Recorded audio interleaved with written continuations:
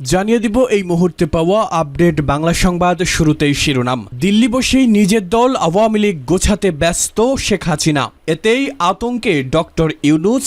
মোদি বলছে হাসিনাকে চুপ করানো সম্ভব নয়।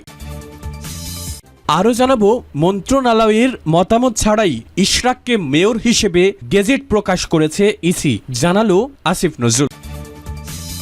এদিকে আগামী 2 মাসের মধ্যেই নির্বাচন চেয়ে ইউনূসের বিরুদ্ধে পথে নেমে সংঘাতের পথে বিএনপি। ভোট নিয়ে কেন এত উতলা হয়ে উঠেছে খালেদা জিয়ার দল, তা নিয়ে থাকবে বিস্তারিত সংবাদ।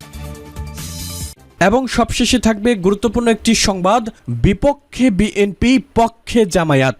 শুনছিলেন সংবাদ শিরোনাম, এবারে বিস্তারিত। হাসিনাকে চুপ করানো সম্ভব নয় বলেছেন মোদি, দাবি ইউনূসের। ভারতে অবস্থানরত বাংলাদেশের সাবেক প্রধানমন্ত্রী শেখ হাসিনাকে প্রকাশ্যে মুখ খুলতে বারণ করা সম্ভব নয়। সেদেশের প্রধান উপদেষ্টা মোহাম্মদ ইউনূসের দাবি, ভারতের প্রধানমন্ত্রী নরেন্দ্র মোদি তাকে এই কথা বলেছেন। কাতারের সংবাদ মাধ্যম আল জাজিরাকে দেওয়া সাক্ষাৎকারে ইউনূস এই কথা বলেছেন। ইউনূসকে আল জাজিরার সাংবাদিক প্রশ্ন করেছিলেন, শেখ হাসিনা ভারতে বসে দেশের রাজনীতি নিয়ে মন্তব্য করেছেন, নিজেকে প্রধানমন্ত্রী বলে দাবি করেছেন। ইউনূস বিষয়টিকে কিভাবে দেখছেন? জবাবে ইউনূস বলেন, এ মাসের গোড়ায় ব্যাংককে বিমস্টেক সম্মেলনের ফাঁকে তিনি নরেন্দ্র মোদীর সঙ্গে বৈঠকে ভারতের প্রধানমন্ত্রীকে অনুরোধ করেন যেন হাসিনাকে চুপ থাকতে বলেন। ইউনূস জানান, জবাবে নরেন্দ্র মোদী তাকে বলেছেন সেটা সম্ভব নয়। ভারতের সমাজ মাধ্যম সকলের জন্য উন্মুক্ত, তার পক্ষে কাউকে কথা না বলতে বলা সম্ভব নয়। সাক্ষাৎকারে হাসিনাকে ফেরানোর প্রসঙ্গ ওঠে।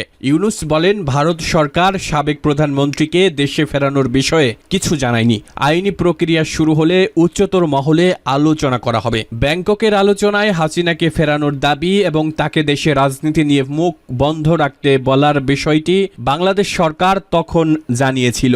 ইউনূসের প্রেস সচিব শফিকুল আলম বৈঠকের বিষয়ে সমাজ মাধ্যমে দাবি করেছিলেন, হাসিনার বিষয়ে ভারতের প্রধানমন্ত্রী ইতিবাচক ছিলেন। সেই বক্তব্য খণ্ডন করেছিল ভারত। আল জাজিরাকে দেওয়া ইউনূসের সাক্ষাৎকারের বক্তব্যে তার প্রেস সচিবের দাবিও খারিজ হয়ে গেল। বিদেশ মন্ত্রকের অফিসারদের দাবি, হাসিনাকে ফেরানোর বিষয়ে বৈঠকে মোদি নিরুত্তর ছিলেন। হাসিনার মুখ বন্ধ রাখতে পদক্ষেপ করার জন্য এর আগেও একাধিকবার ইউনূস সরব হয়েছেন। সাবেক প্রধানমন্ত্রী ভারতে বসে দেশে অশান্তি সৃষ্টি করতে চাইছেন বলে অভিযোগ বাংলাদেশের অন্তর্বর্তী সরকারের। ওয়াকিবহাল মহলের মতে, বাংলাদেশ সরকারের চিন্তার কারণ হাসিনার কথায় ক্রমে উজ্জীবিত হচ্ছে আওয়ামী লীগ। তাতে চিন্তিত বিএনপি সহ সরকারের সহযোগী দলগুলি। তাদের চাপে ইউনূস সরকার আওয়ামী লীগ নেত্রীর মুখ বন্ধ করাতে তৎপর।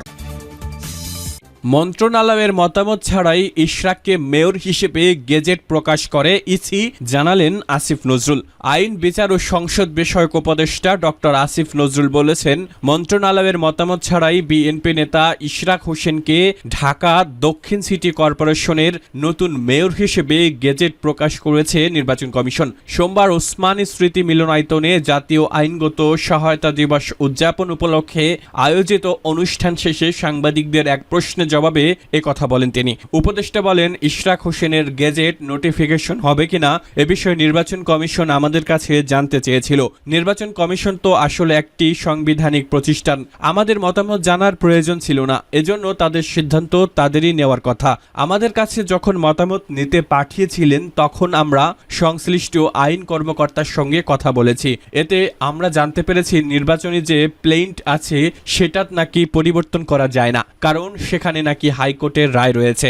আইন উপদেষ্টা বলেন, ইশরাক হোসেন নাকি পরবর্তীতে প্লেইন্ট পরিবর্তন করেছিলেন, সেজন্য আমরা দ্বিধান্বিত ছিলাম এটা কি গেজেট নোটিফিকেশন হবে নাকি আপিল করতে হবে। তবে নির্বাচন কমিশন আমাদের মতামতের জন্য অপেক্ষা করেনি, ওনারা নিজেরা গেজেট নোটিফিকেশন করেছেন, এখানে আমার বলার কিছু নেই। এদিকে ইরেশ জাকের বিরুদ্ধে হত্যা মামলা ও এই মামলাগুলো বাণিজ্যিক ও বিদ্বেষমূলক কিনা এমন প্রশ্নের জবাবে আইন উপদেষ্টা বলেন, বাংলাদেশের আইনে কোথাও মামলা করার ক্ষেত্রে বাধা দেওয়া হয়নি, যে যার মতো করে মামলা করতে পারে। এখানে অনেক হয়রানিমূলক বিদ্বেষমূলক মামলা হচ্ছে, অন্যের জায়গা জমি দখল, ব্যবসা দখলের জন্য মামলা হচ্ছে, এগুলো অত্যন্ত পরিতাপের বিষয়। মামলা হওয়ার পর আমরা পুলিশ প্রশাসন ও আদালতের মাধ্যমে বিভিন্ন ধরনের প্রতিকার দেওয়ার চেষ্টা করেছি, এখন এত মামলা হচ্ছে, এতে আমাদের জন্য কাজ করা কঠিন হয়ে যাচ্ছে।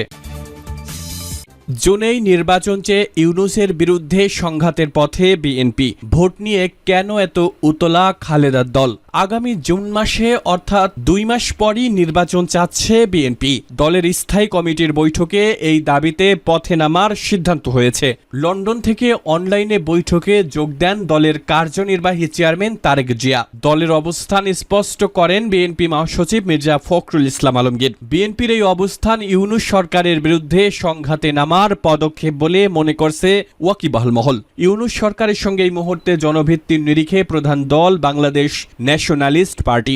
নির্বাচন নিয়ে তাদের এই অবস্থান ঘিরে বাংলাদেশের রাজনীতি উত্তপ্ত হয়ে ওঠার সম্ভাবনা প্রবল। ইউনূস ইতিমধ্যে নির্বাচনে 2টি সময় ঘোষণা করেছেন। তার ঘোষণা অনুযায়ী রাজনৈতিক দলগুলি স্বল্প সংস্কার চাইলে ভোট হবে চলতি বছরেরই ডিসেম্বরে, আর পূর্ণাঙ্গ সংস্কার শেষে ভোট প্রত্যাশা করলে নির্বাচন হবে আগামী বছরের জুনে। কিন্তু বিএনপি চলতি বছরের জুনে অর্থাৎ আগামী 2 মাসের মধ্যেই ভোট চায়। ভোট নিয়ে বিএনপির কেন তর্স সইছে না? খালেদা জিয়ার দল মনে করছে যত তাড়াতাড়ি ভোট হবে তত তাদের জয় সহজ হবে। তারা সরকার গড়তে পারবে, একক শক্তিতেই সরকার গড়তে পারবে তারা। অন্যদিকে ভোট যত দেরি হবে তত ভালো ফলের সম্ভাবনা বিলীন হবে। তার সম্ভাব্য কারণ আওয়ামী লীগের অনুপস্থিতিতে বিএনপির নিচুতলার নেতাকর্মীরা লুঠতরাজ, চাঁদাবাজি, সিন্ডিকেট ব্যবসায়ী জড়িয়ে দলের বিস্তর বদনাম করে ফেলেছে। অনেকেই বলছে এই দল ক্ষমতায় এলে আরেকটা আওয়ামী লীগ হয়ে যাবে। তাহলে হাসিনাকে তাড়িয়ে লাভ কি হলো? দ্বিতীয়ত বিএনপি মনে করছে আওয়ামী লীগ ঘুরে দাঁড়ানোর আগে ভোট হলে তারা নিশ্চিন্তে ক্ষমতায় কামব্যাক করতে পারবে। হাসিনার দল ময়দানে ফিরলে আসলে তারাই হবে মূল প্রতিপক্ষ। তৃতীয়ত বিএনপি নেতৃত্ব মনে করছে বৈষম্য বিরোধী ছাত্র আন্দোলনের নতুন যে দল তা গুছিয়ে ওঠার আগে ভোট করে নিতে। ছাত্রদের দলের সঙ্গে জামায়াতে ইসলামীর জোট হওয়ার কথা শোনা যাচ্ছে। এতকাল ভোটে জামাত ভালো ফল করতে পারেনি, তারা মনে করছে ছাত্রদের নতুন দলের সঙ্গে জোট করে বিএনপিকে ভোটের বাক্সে পরাজিত করা সম্ভব হতে পারে। বিপক্ষে বিএনপি, পক্ষে জামায়াত। সংসদ নির্বাচনে সুনির্দিষ্ট রোডম্যাপ ঘোষণা ও সংস্কারের পরিধি নিয়ে চলমান বিতর্কের পাশাপাশি দ্বিমত ভিন্নমত দেখা দিয়েছে সংখ্যানুপাতিক ও আনুপাতিক প্রতিনিধিত্ব পদ্ধতিতে নির্বাচন এবং আগে স্থানীয় সরকারের প্রতিষ্ঠানগুলো নির্বাচন করা না করা নিয়েও। শুরু থেকেই বিএনপি পিআর পদ্ধতিতে নির্বাচন ও আগে স্থানীয় সরকার নির্বাচন অনুষ্ঠানের বিপক্ষে দৃঢ় অবস্থান নিয়েছে।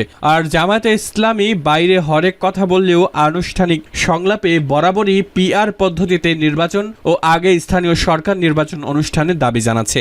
সংবিধান সংস্কার কমিশন 300 আসন বিশিষ্ট নিম্নকক্ষ ও সেখানে আরও 100টি সংরক্ষিত আসন এবং 100 আসন বিশিষ্ট উচ্চকক্ষ সংসদের সুপারিশ করেছে। কমিশনের সুপারিশ অনুযায়ী দ্বিকক্ষ বিশিষ্ট সংসদ গঠনের বিষয়ে বিএনপি ও জামায়াত উভয়ই একমত। তবে নিম্নকক্ষের নির্বাচন বিদ্যমান পদ্ধতিতেই করার পক্ষে বিএনপি। অন্যদিকে সংসদের উভয় কক্ষের নির্বাচনই পিআর পদ্ধতিতে চায় জামায়াত। সর্বশেষ শনিবার সংসদ ভবনে এলডি হলে জাতীয় ঐক্যমত্য কমিশনের সঙ্গে আলোচনায়ও পিআর পদ্ধতিতে সংসদ নির্বাচন ও আগে স্থানীয় সরকার নির্বাচন অনুষ্ঠানের প্রস্তাব দিয়েছে জামায়াত। এমনকি সংসদ নির্বাচনের মতো স্থানীয় সরকারের প্রতিষ্ঠানগুলোর নির্বাচনও তত্ত্বাবধায়ক সরকারের অধীনে করার প্রস্তাব দিয়ে জামায়াতের পক্ষ থেকে বলা হয়েছে। এজন্য প্রয়োজনে তত্ত্বাবধায়ক সরকারের মেয়াদ বাড়ানো যেতে পারে। কিন্তু ঐক্যমত্য কমিশনের সঙ্গে 3 দফায় আলোচনার আগে সংসদ নির্বাচনের পক্ষে দলীয় অবস্থানের কথা জানিয়েছে বিএনপি। একই সঙ্গে নিম্নকক্ষের নির্বাচন বিদ্যমান পদ্ধতিতেই করার পক্ষে